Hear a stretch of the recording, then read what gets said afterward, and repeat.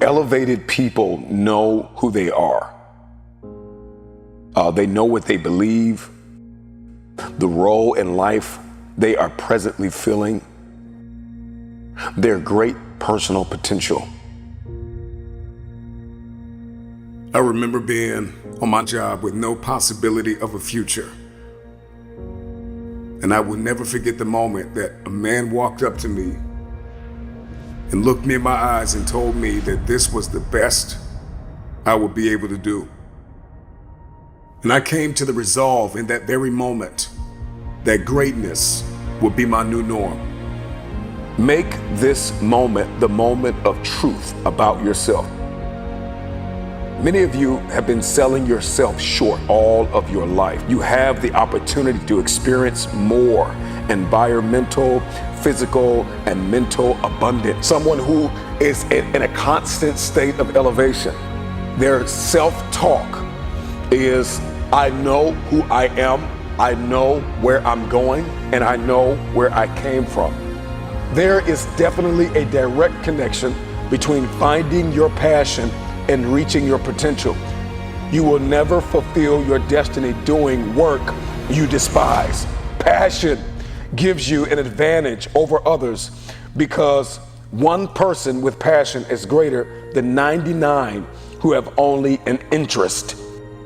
Passion gives you energy. Are you aware of what you are doing with your day-to-day time? Do you like your current relationships? Do you like your circle of influence? I think a lot of us, we are programmed to hold on to things that we no longer like. We gain a greater perspective when we zoom out. And too many of you are guilty of becoming what you are going through. You are not what you are going through. Your responsibility is, once you've gone from flapping to flight, is to protect your progress, to protect your territory. You got to get a real boss-like mentality with your territory. All the ground that you gain, protect your territory.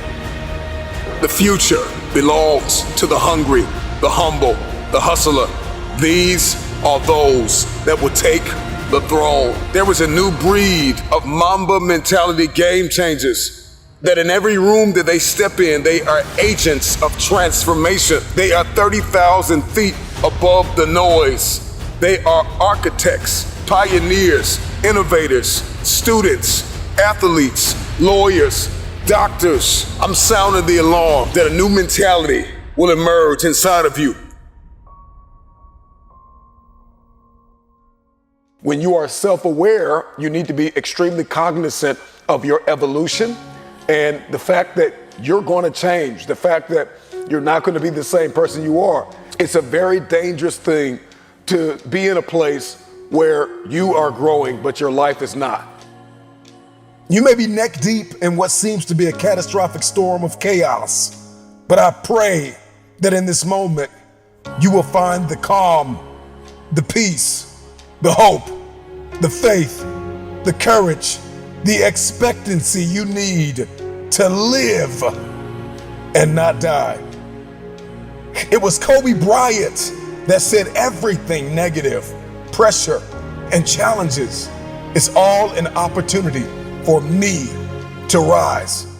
It's crises that reveals what we are comprised of. And I ask you the question, are you praying the darkness away, or are you becoming the highest version of yourself in the midst of the darkness? Don't fear the dark. Ask yourself, what did you learn in it? Adversity is our advantage. Decide to come out of this better. Find yourself in this elevated place. You are not your crises. You are not what you are going through. What are you expecting the outcome to be? Because you can't change what has happened. However, you can change what will happen. Do you like what you're doing and do you like where you're going? Let me ask you another question. What would you like to do? If you don't like what you're doing and you don't like where you are and you don't like your relationships and you don't like X, Y, or Z, What do you want? What do you like? And then you got to be able to add passion to it to activate that thing and make that dream a reality. Are you fully aware of the bridges that are required to cross over to make your dream a reality? I think a lot of people, they have this vision in their head, this dream, but they don't know how to make it a reality. We navigate through life and we keep missing the bridges to bridge the gap between dream and reality. So do you know what is required of you? Are you aware of what is required of you to make happen what you see only in your head? I want to give you another quote. Almost every man wastes part of his life in attempts to display qualities which he does not possess. I want you to ask yourself the question, are you the person that is projecting a different you to the world on social media, on your websites, in your meetings? Are you projecting a different you? Are you the same person in private?